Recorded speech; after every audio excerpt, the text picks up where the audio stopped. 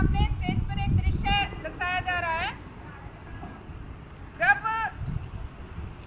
भरत अपने ननिहाल से अयोध्या पहुंचे, सुनाई दे रही है मेरी आवाज सबको?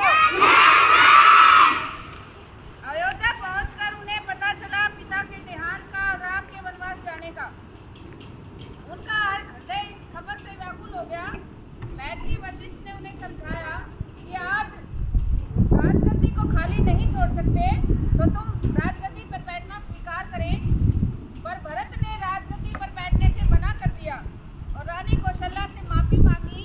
और अगले ही दिन सुबह सभी मंत्री, माताओं, शत्रुघ्न और गुरु वशिष्ठ के साथ राम को अयोध्या वापस लाने के लिए चल दिए। दृश्य में राम और लक्ष्मण सीता सहित कुटिया में बैठे हैं चित्रकूट पर्वत पर, और उन्हें अचानक जंगल में शोर सुनाई देता है। तो क्या संवाद होता है, चुपचाप होकर ध्यान से सुने।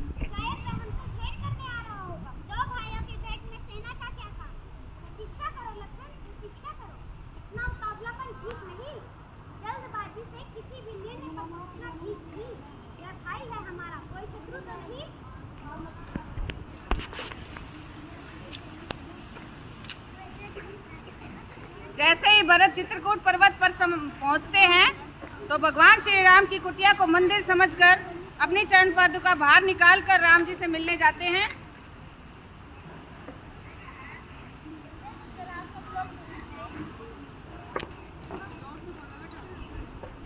हवा के उससे जा ही नहीं दिया।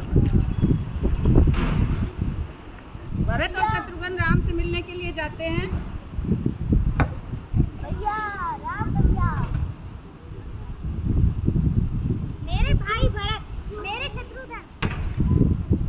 लिपट गए राम मेरे लाडले न छोड़ूंगा, जन्मों का नाता मुख कभी नहीं मोड़ूंगा। लिपट गए राम मेरे लाडले न छोड़ूंगा, जन्मों का नाता मुख कभी नहीं मोड़ूंगा। पिता ने दिया प्रण पूर्ण करूं मैं भैया, लौट अवधि को चलो रघुरैया।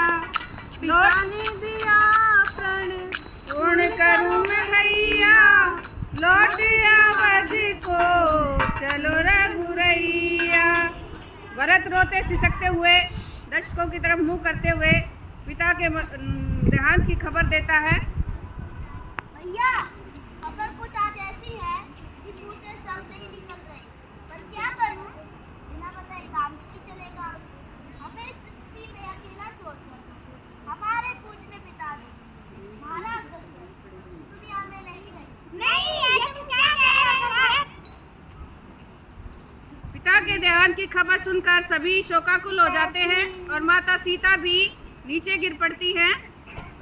फिर क्या कहते हैं?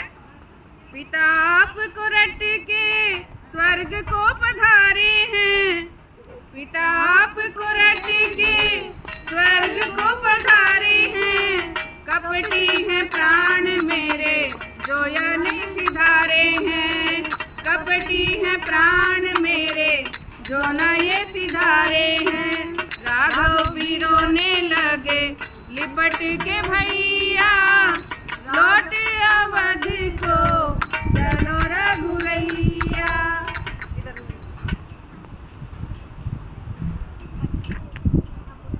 भैया, वापस चलिए। सरकार अयोध्या की गलती संभाली। अब पिताजी भी गए, लौट आते हैं अयोध्या। भरत श्री राम से विनती करते हुए